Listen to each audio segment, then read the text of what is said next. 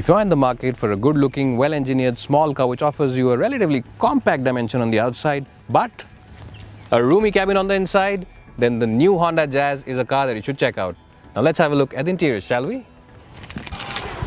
Well, the first thing I told myself as soon as I got inside the new Jazz's cabin is that all the other small cars or other hatchbacks in the Indian market now are in for a tough time, because the cabin on the Jazz feels like a very posh and upmarket place to be in. The dashboard is exactly the same as the one on the much bigger Honda City, and it has the same dials, and most of the equipment is similar as well. Where the Jazz has the edge over its rivals is in space and practicality inside the cabin. This really is one of the most practical and easy to live in cabins, and you get not one, not two, not three, but a total of 9 cup holders inside this cabin, and we'll show them to you by doing this photo montage now.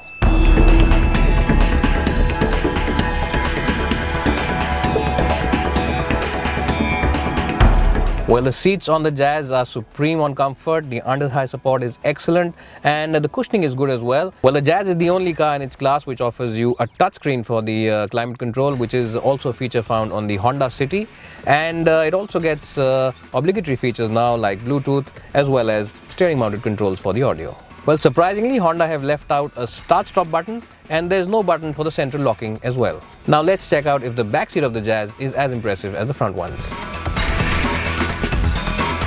Well, here I am now in the back seat of the Honda Jazz, and as you can see, knee room is phenomenal, headroom is really generous as well, and just as always, I have adjusted the front seat for my driving position, and my height for reference is 5'10".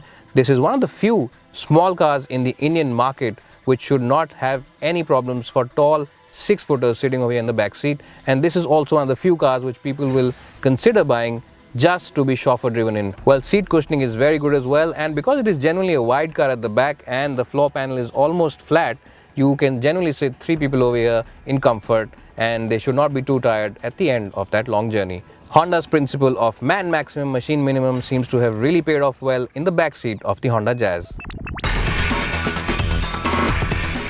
Well, another area where the Honda Jazz is the top dog in its segment is in the boot capacity department. Well, with 354 liters of boot capacity, not only is the Jazz the best car in the premium hatchback segment, but it can also trump a lot of rivals which are bigger in size, and some rivals which are in the sedan segment also don't offer a boot of this capacity. Well, it's a very well-shaped boot, and even the sill isn't very high from the ground, which means that loading in that heavy bag should not be too much of an issue. And I'll just show you the boot capacity and how big it is by putting in our camera bag in it, which is a decent size. And even if you put it low over here, there's still enough space for, I reckon, about 7 or 8 bags more, and really goes to show you the space inside the Jazz's cabin. But if you're not satisfied with those 354 liters, what you can do is drop the backrest of the back seats down and liberate even more space, and I'll show that to you now by using these buttons over here.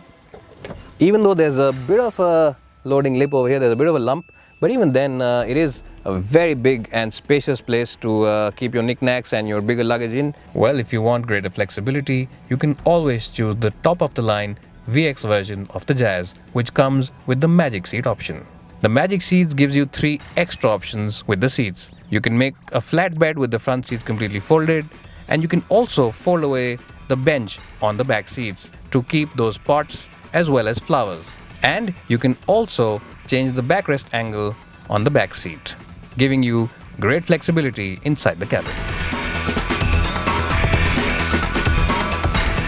Well, so here I am now driving the new Honda Jazz. Now this car of course comes with 2 engine options. There's a 1.2 petrol and there's a 1.5 diesel engine, and the diesel engine promises to be the more popular choice between these 2 engines, and that's largely because of the fuel efficiency that it delivers. Now Honda claims a fuel efficiency of 27.3 kpl, making it one of the most fuel efficient engines on sale in India, and going by our experience with previous Honda products like the Amaze and the City, which also have the same engine, we can rest assured that this one will also deliver strong efficiency figures. Well, the petrol engine comes with 2 gearboxes. There's a manual as well as an automatic to choose from, whereas the diesel only comes with a 6-speed manual version, and that gearbox has also been borrowed from the Honda City. Well, if you are going to be driving the petrol motor, it is a very refined unit, and it simply loves to be revved hard. Handling and overall ride comfort between the diesel and the petrol is more or less the same, But where the petrol has the advantage over the diesel is in the fact that the gearbox feels a little more crisp, and it is a more responsive engine to drive than the diesel, which simply feels very lazy below 2000 rpm. Well, the Honda Jazz's petrol motor seems to have the edge over some of its rivals in terms of both power delivery as well as overall responsiveness, and that motor simply loves to be revved hard. And when you are, of course, pushing that iVTEC engine, it remains largely quiet. Well, the petrol motor is pretty refined to drive, and it really loves to be revved hard. It's a 1.2 liter unit, but it feels like a bigger unit, and it has a lot more power as well. And if you rev it hard, you will truly be rewarded. Well, the diesel engine makes about 98 bhp of power, and it seems like a pretty decent engine in terms of drivability. There's a little bit of turbo lag before 2000 rpm, but once, of course, you cross that figure, it really does fly. The mid-range is very strong, and it goes all the way up to its red line of about 4000 rpm. Well, the only downside, just like the other cars which have the same engine in the Honda family, is the fact that it's not a very refined unit, and it does get a little loud when you rev it hard, and it doesn't seem as refined or as quiet inside this cabin as you would be inside a Hyundai Elite i20 or a Maruti Suzuki Swift. But that said, the plus point is that this is a more powerful engine, and it's a bigger unit than those two cars, and that, along with the additional 6th gear on this car, gives it greater flexibility on the highway. So if you are someone who uses the car on the highway very often, all you need to do is slot this gearbox into 6th gear and just sit at around 1500-1600 rpm, and the car is doing a relatively good speed of about 80-90 kph, which is under the speed limits on Indian highways, and you don't really feel too much of stress inside the cabin.